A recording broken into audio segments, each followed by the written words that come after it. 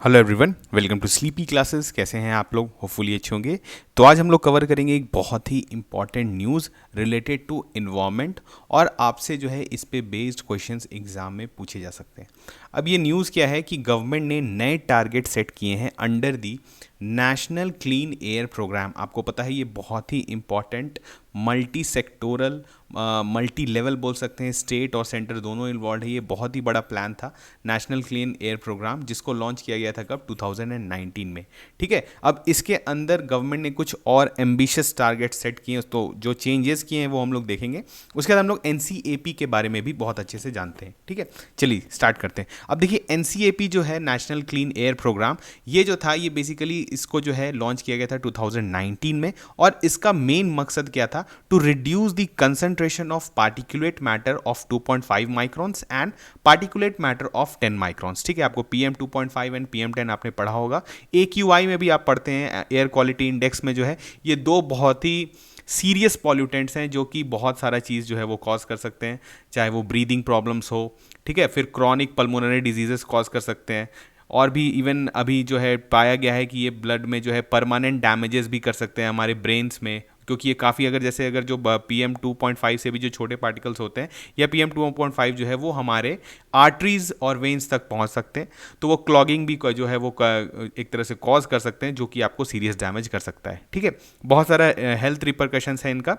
अब इसको कम करने के लिए, क्योंकि ये इसका डिफरेंट सोर्सेज से ये जनरेट हो जाता है, चाहे वो वेहिकुलर एमिशन हो, इवन आपका जो स्टबल बर्निंग है उससे भी पार्टिकुलेट मैटर जो है वो एमिट होता है।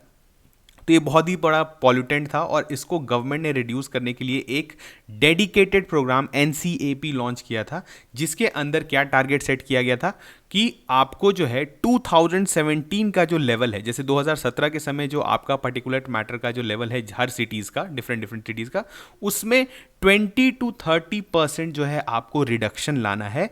कब तक? 2024 तक। तो ये था 2019 में इन्होंने लॉन्च किया था एनसीएपी। उस समय इन्होंने टारगेट रखा था कि 20 से 30% जो है आपको 2017 में जो लेवल है उससे कम करना है। कब तक? 2024 तक।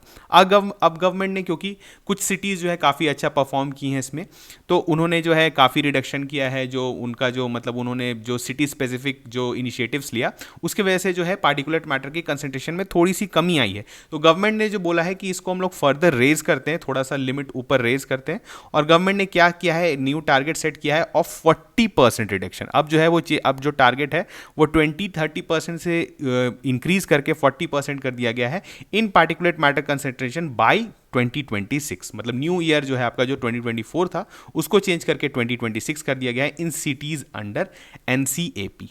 ठीक है, अब चलिए देखते हैं कौन से सिटीज थे इसमें। तो यहां पर क्या था कि कुछ नॉन अटेनमेंट सिटीज जो है उनको सिलेक्ट किया गया था। अब नॉन अटेनमेंट सिटीज के बारे में हम लोग आगे देखेंगे। पहले जो है आपको हमने देख लिया कि एनसीएपी में 20-30% रिडक्शन था of PM 2.5 and PM 10। Again देखिए, ये बहुत ही इंपॉर्टेंट हो जाता है एग्जाम में आपसे, जो है यहाँ पर आपको SO2 या NOx दे दिया जाएगा, या फिर आपको जो है कुछ भी और लेड दिया जा सकता है। लेकिन ध्यान दीजिए कि NCAP is specifically for particulate matter 10 and 10 micron and 2.5 micron. ठीक है, और बाकी जो है गवर्नमेंट इनिशिएटिव्स लेते रहती है दूसरे पॉल्यूटेंट को, जैसे आपका ग्रेडेड रिस्पांस एक्शन प्लान जो है आपको पता है GRAP, ये जो है दिल्ली एनसीआर के रीजन में किया था। तो ये ओवरऑल पॉल्यूशन को घटाने के लिए कुछ ग्रेडेड एक्शन प्लान्स हैं। लेकिन एनसीएपी को आप जो है कंफ्यूज ना करें, NCAP is specifically for particulate matter 2.5 and particulate matter 10। ठीक है, अब देखिए यहां पर क्या है, इसमें होता क्या गया था, implementation of city specific action plans. मतलब देखिए हर सिटी का जो पॉल्यूशन का सोर्स है वो डिफरेंट होता है। अगर आप पंजाब साइड चले जाएंगे, वहां पर तो पराली बर्निंग होता है, स्टबल बर्निंग होता है, तो उसके वजह से पार्टिकुलेट मैटर जो है वो काफ़ी ज़्यादा निकलता है। अगर किसी दूसरे जगह इंडस्ट्रियल रीजन में जाएंगे तो वहां पर पीएम का सोर्स दूसरा हो जाता है।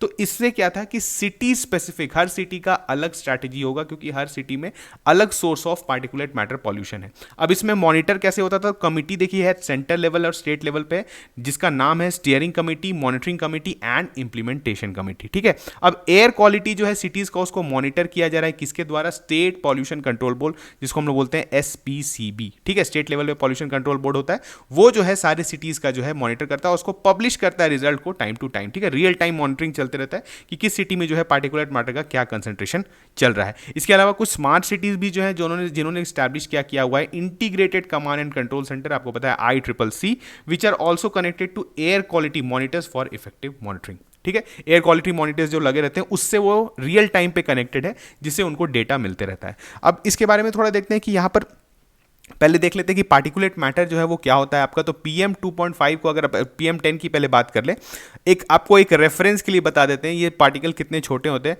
तो अगर आप ह्यूमन हेयर को देखेंगे तो उसका जो साइज होता है वो होता है 50 to 70 माइक्रोन। ठीक है, अगर डायमीटर की बात करें तो 50 ह्यूमन एयर आपने देखा होगा कि 50 to 70 माइक्रोन होता है। तो आप समझ सकते हैं कि PM 10 ही जो है वो कितना छोटा सा पार्टिकल है, वो आपको दिखेगा नहीं, वो आपको जो है बहुत मुश्किल से दिखेगा वो। ठीक है, और ये जो है क्या, जैसे किस फॉर्म में रहता है, डस्ट, पॉलन, मोल्ड, ठीक है, इस फॉर्म में ये रहता है। इसके अलावा क्या है आपको पता है, जो PM 2.5 है उसका साइज समझ लीजिए आप कितना और ही छोटा होगा। ये एक बेसिकली कंबशन पार्टिकल्स होते हैं, ऑर्गेनिक कंपाउंड्स होते हैं जो डिफरेंट सोर्सेज से रिलीज होते हैं। देखिए एक चीज आप जान लीजिए, पार्टिकुलेट मैटर का कोई डेफिनेट कॉम्पोजिशन नहीं होता है।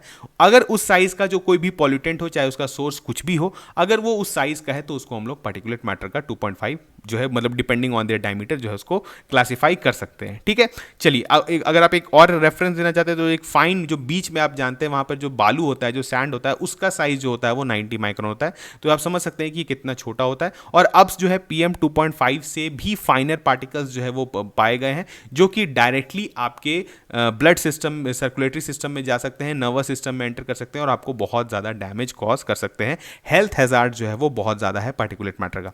अब इनके सोर्सेज क्या हैं, कुछ डेटाज है डिफरेंट ऑर्गेनाइजेशंस का, जैसे एक तेरी का आपको TERI जो आपको पता है रिसर्च इंस्टीट्यूट है, जो उसका एक डेटा है कि PM 10 का सोर्सेज क्या है, जैसे लैंड फायर्स है, वेस्ट इंसिनरेशन है, एयरपोर्ट है, ठीक है, उसके बाद रेफ्यूज बर्निंग है, DG सेट्स है, कंस्ट्रक्शन से निकलता है, रोड डस्ट से निकलता है, वेहिकुलर पॉल्यूशन भी आपको पता है, व्हीकल का जो इंटरनल कंबशन इंजन होता है उससे भी जो है वो पार्टिकुलेट मैटर निकलता है।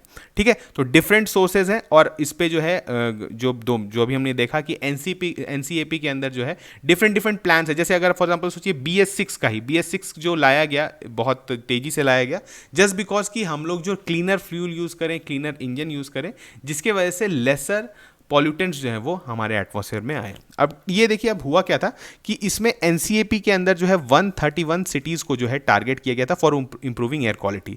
Of these 131 cities, 123 cities NAC are identified under NCAP based on non conforming to national ambient air quality standards. इसको बोलते हैं NAAQS। अब NAAQS क्या है इसके बारे में जान लेते हैं।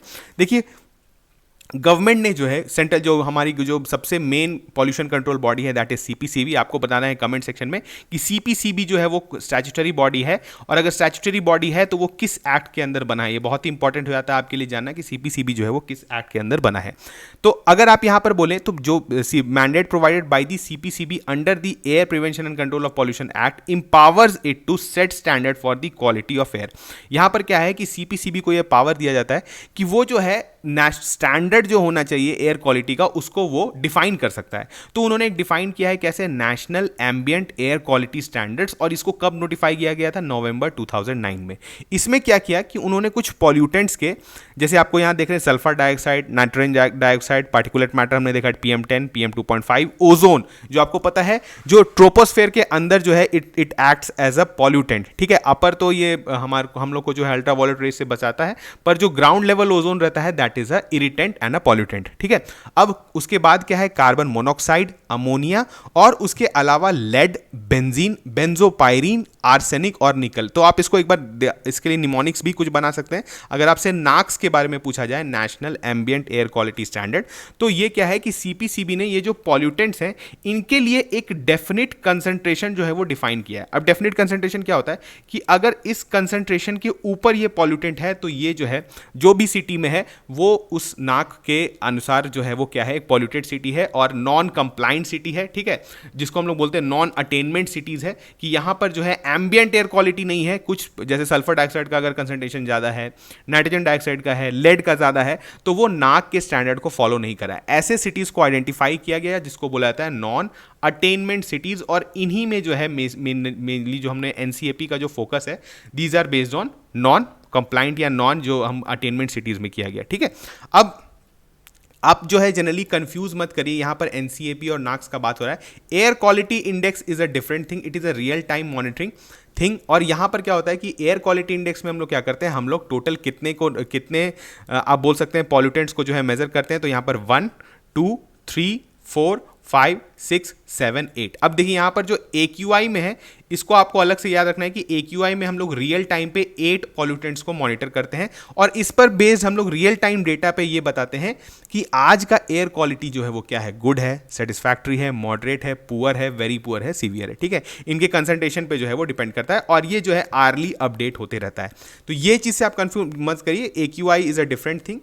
एनसीएपी नाक्स का जो बात हो रहा है, ये जो है थोड़े ब्रॉडर चीज़ है। AQI जो है डेफिनेटली AQI पे भी बेस्ड क्वेश्चन पूछा जाता है, लेकिन AQI में हम लोग कितने जो है पॉल्यूटेंट्स को मेजर करते हैं, वो मेजर करते हैं हम लोग 8 पॉल्यूटेंट्स को। ठीक है, और इसका रियल टाइम मेजरिंग होता है, और ये भी आपको पता है किसके द्वारा किया जाता है, ये भी जो है आपका CPCB के द्वारा ही किया जाता है। इनका एयर क्वालिटी मॉनिटरिंग सेंटर्स रहते हैं, जहाँ पर जो है ये 8 पॉल्यूटेंट्स का जो कंसंट्रेशन है उसको मेजर करते हैं। इस पर जो है वो बताते हैं कि आज का एयर क्वालिटी जो है वो कैसा है। ठीक है, तो यहाँ पे कुछ छोटा सा इन्फॉर्मेशन था एनसीएपी के बारे में। इस पर बेस अगर आपसे क्वेश्चन पूछा जाता है तो कुछ इंपॉर्टेंट फैक्टर्स क्या हो गए कि इसके टारगेट्स क्या हैं, इसमें टारगेट किसको किया जा रहा है, PM10 एंड PM2.5।